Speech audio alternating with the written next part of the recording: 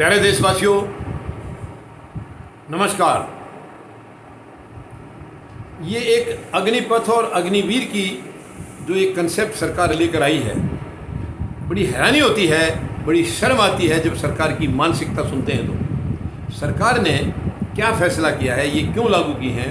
एक तो ये था ही, आप सबको बताया, मैंने पहले भी एक दो वीडियो में बताया है कि सरकार ये कह रही है कि भारी भरकम रकम पेंशन पर चली जाती है, सैनिकों को जो पेंशन दी जा रही है, तो इसको कम करने के लिए इन्होंने ये स्कीम लाए हैं। ये 4 साल एक जवान नौकरी करेगा, 75% वापस आ जाएंगे, 25% वहाँ पर परमानेंट रहेंगे, 4 साल बाद 75% वापस आ जाएंगे और इनको कोई पेंशन नहीं। ये इस तरीके से ये सरकार की चाल है। मैं इनसे एक चीज़ पूछना चाहूँगा। देखिए, देश में जो हमारे साधन हैं, संसाधन हैं, वो तो हैं ही हैं। इसके अलावा जब कोई सच में कोई ऐसी नेसेसिटी होती है, ऐसी ज़रूरत होती है कि जहाँ फंड की ज़रूरत है सरकार को किसी एक अलग काम के लिए, विशेष काम के लिए, कोई ऐसा कुछ भी लगा लीजिए आप। मान लीजिए एजुकेशन के लिए कुछ हमने बढ़ावा करना है, उसमें कुछ इम्प्रूवमेंट करना है, तो ऐसे एजुकेशन सेस नाम की चीज़ चल रही है। कुछ और करना है, रेलवे में अगर करना है तो उसके नाम से अलग चलेगी। इस तरीके से चलता आ रहा है। ऐसा कभी नहीं हुआ है, मान लो अब एजुकेशन में हमने कोई बढ़ावा देना है, एजुकेशन में कुछ थोड़ा बहुत नया काम करना है, तो एजुकेशन से जुड़े जितने लोग हैं उनके ऊपर जुर्माना लगाया जाए। ऐसा तो कभी नहीं हुआ है, कभी नहीं हुआ। क्योंकि एजुकेशन को बढ़ावा देने का मतलब है कि वो केवल पढ़ने वालों के लिए नहीं है, ये पूरे देश के लिए मुहिम है। ये एजुकेशन तो पूरे देश के लिए है, वो कुछ चंद लोगों के लिए नहीं है। और इस अब मान लीजिए आप अध्यापक हैं या पढ़ने वाले विद्यार्थी हैं, अगर एजुकेशन का हमने कुछ इम्प्रूवमेंट करना है तो अध्यापकों और जो पढ़ने वाले बच्चे हैं उन पर जुर्माना लगाएंगे तो कैसा लगेगा? बहुत भद्दा लगेगा। ऐसा कभी नहीं हुआ है। वो जो भी लगेगा वो पूरे देशवासियों के लिए लगेगा। कोई सेस लगेगा या कोई और अलग से कोई छोटा मोटा टैक्स आएगा, वो पूरे देश के लिए होगा, कुछ लोगों के लिए नहीं होता है ये। इसी मुताबिक रेलवे का, मान लो रेलवे में कोई सुविधा बढ़ानी है तो उसमें भी सेस लगेगा या कुछ और किसी रूप में टैक्स दिया जाएगा, वो भी सभी का है, वो कुछ एक चंद लोगों के लिए नहीं है। ये तो मतलब यानी बिल्कुल इनकी सोच इतनी नकारात्मक होती जा रही है, बहुत ही दुखद है। अगर वो केवल रेलवे एम्प्लॉइज़ पर उसको लगाएंगे तो क्या हालत होगी उनकी? वो सैलरी ले रहे हैं, उनमें से आधी तो ऐसे चली जाएगी, तो सैलरी लेने का उनका क्या मकसद रह जाएगा? तो ये बहुत ही गलत है, सरकार की नीति बहुत गलत है। ये कोई मतलब कोई मजबूत करने वाली नीति नहीं है।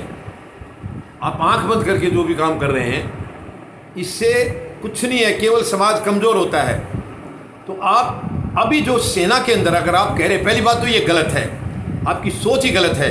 आप सेनाओं के साथ छेड़छाड़ कर रहे हैं, ये बहुत ही दुर्भाग्यपूर्ण स्थिति है।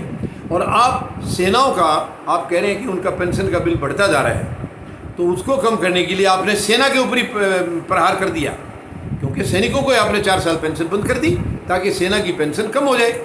पहले तो ऐसे नहीं हुआ। रेलवे में सुधार के लिए रेलवे के कर्मचारियों के ऊपर कोई सेस अलग से नहीं लगा है। एजुकेशन के लिए एजुकेशन वाले और अध्यापकों के उसके ऊपर नहीं लगा है, पूरे देश पर लगा है, क्योंकि एजुकेशन सिस्टम पूरे देश का है, रेलवे जो है पूरे देश की है। इसी मुताबिक एयरलाइन है, कोई भी चीज़ है, किसी एक वर्ग के लिए हमें कुछ अलग से कुछ संसाधन जुटाने हैं तो वो उसी वर्ग के, उसी क्लास के लोगों से नहीं जुटाने हैं, पूरे देश से जुटाने हैं। तो ये सेना का अगर पेंशन का बिल इनको मजबूत मतलब ज़्यादा लग रहा है, महंगा लग रहा है, तो वो सैनिकों के ऊपर प्रहार क्यों किया जा रहा है? उसके लिए अगर फंड कम है, सच में कम फंड, ये मुझे तो लग रहा है ये दिखावटी जो है ना कर रहे हैं ये नाटक। क्योंकि इन्हें फंड की क्या चिंता, अगर इनके फंड की चिंता हो तो ये अपनी सैलरी बंद क्यों नहीं करते, अपनी पेंशन बंद क्यों नहीं करते हैं? क्योंकि राजनीति तो एक सेवा है। आपको नहीं अच्छा लग रहा मत आइए, आप ज़बरदस्ती आ रहे हैं, पैसा खर्च करके आ रहे हैं, तो इसका मतलब बेईमानी लेके आप आ रहे हैं, आप कुछ कमाने के लिए आ रहे हैं। ये तो बहुत ही दुखद है। आप कमाने के लिए आ रहे हैं, पैसा खर्च करके, ताकि पहले लगाएंगे और फिर पूरे जीवन भर कमाएंगे। ये बहुत अनफॉर्चुनेट है, बहुत ही दुर्भाग्य है ये इस किस्म की हरकत करने का। तो ये मैं बिल्कुल निवेदन करना चाहूँगा, ये सरकार की नीति बहुत गलत है। सरकार इसको तुरंत बदले और इससे सेनाएं बहुत कमज़ोर होंगी और उनका जो 75% बच्चे बाहर आ जाएंगे, उन्हें अगर नौकरी नहीं मिली और उनके पास कई किस्म की मतलब काबिलियत आ चुकी हैं, हथियार चलाना आता है और कई काम करने सीख जाएंगे, तो उसके बाद अगर उन्हें जॉब नहीं मिलती है तो वो बगावत भी कर सकते हैं, क्योंकि वो अलग से ट्रेंड हैं, मतलब आर्मड फोर्सेज की ट्रेनिंग ले चुके हैं वो। तो ये और भी दुर्भाग्यपूर्ण स्थिति हो सकती है।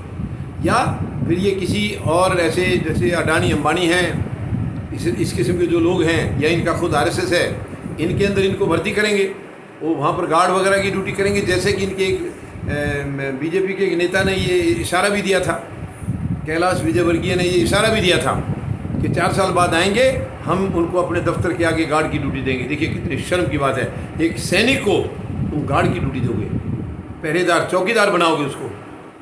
वो आर्मी की ट्रेनिंग लेके आया है, एक अलग किस्म की चीज़ों की ट्रेनिंग लेके आया है, और उसको इस तरीके से आप मिसयूज़ करेंगे गार्ड में, तो ये बहुत गंभीर चाल है। इसको हम सबको देशवासियों को समझना होगा और इनके खिलाफ हमें एक्शन लेना होगा, वरना देश कमज़ोर हो जाएगा, फिर देश कहीं से भी आगे बढ़ नहीं पाएगा। ये सच में बहुत दुखद होगा अगर ऐसा होगा तो ये गलत है।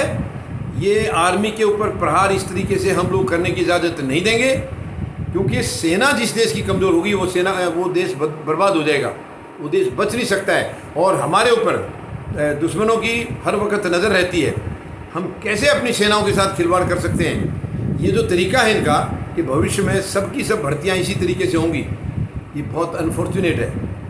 इसे तुरंत सरकार को वापस लेना होगा, तुरंत वापस लेना होगा, क्योंकि ये गलत तरीका है।